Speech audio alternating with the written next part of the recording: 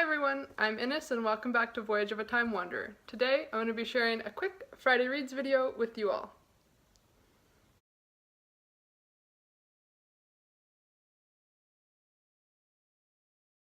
So as you're about to find out, I definitely like to have a few different books of different genres going at a time, and so these are the books that I'm hoping to tackle this weekend.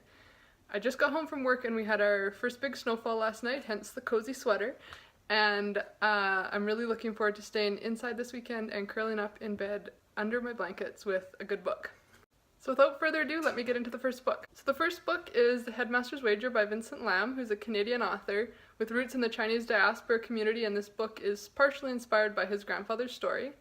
The main character in this book is a Chinese expat living in Saigon, now known as Ho Chi Minh City, during the Vietnam War, who owns an English language academy and is trying desperately to remain politically neutral and protect his family and livelihood in a war that's engulfing everyone in the entire country. And I've only got about 60 pages left in here, and I'm using a beautiful postcard from Vietnam as a bookmark. So I've got about 60 pages left, and I'll probably finish it up tonight because I'm at a pretty suspenseful part and I absolutely need to know how it ends, and I need to see how all the threads of this story tie together. I've been reading this book on my lunch break at work this week, and there was points when I was literally like gasped out loud in the break room because it just got so tense.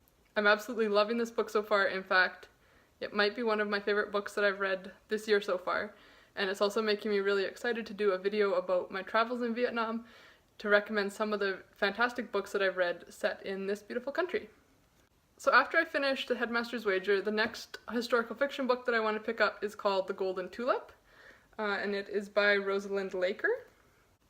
I haven't started this yet, so I don't know a whole lot about it besides the fact that it's set in the Dutch Golden Age and is about a young woman sent to apprentice to Vermeer, who gets caught up in the tulip mania that gripped the Netherlands at the time. I'm assuming that it's really similar to A Girl with a Pearl Earring, which I really enjoyed when I read a few years ago, so I'm looking forward to giving this a go, and I'll see how it is. With regards to nonfiction November, I'm about 25% of the way through my first pick of the month, The Botany of Desire by Michael Pollan, which I'm reading on my e-reader from the library, and I'm really enjoying that as well so far. The book has 4 chapters, each focusing on a different plant species, and I just wrapped up the chapter on the apple last night. And that chapter focused a lot about separating myth from reality about Johnny Appleseed, and I learned a whole lot about the pros and cons of growing apple trees from seed versus from grafting branches onto other trees. The next chapter in The Botany of Desire is about the tulip, which will definitely provide a nice nonfiction background while I'm reading The Golden Tulip, because I think that chapter focuses a lot on the tulip during the tulip mania in the Netherlands, so it's going to be the nonfiction background foundation for The Golden Tulip. So that's a nice little coincidence, and I'm looking forward to reading those two together. If I finish The Botany of Desire this weekend, I'm hoping to start on my second nonfiction November book, the Book of Hygge by Louisa Thompson Brits. Apparently this is a more philosophical rather than practical look at Hygge, so I'm curious to see if I'm still going to enjoy it. I was hoping to read the Little Book of Hygge, which is not the Book of Hygge. You can tell there's too many books being published recently on Hygge.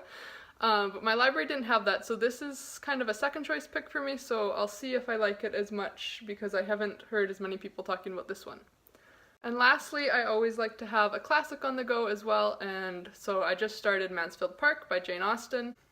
A lot of people list this as their least favorite Austen, and it's also her longest work, so I'm a little apprehensive going in, but I'm hoping that I'm still going to enjoy it nonetheless. I'm aiming to read about 2 to 3 chapters a day. It has 48 chapters, so that if I read 2 to 3 chapters a day, I'll finish it by about the middle of the month.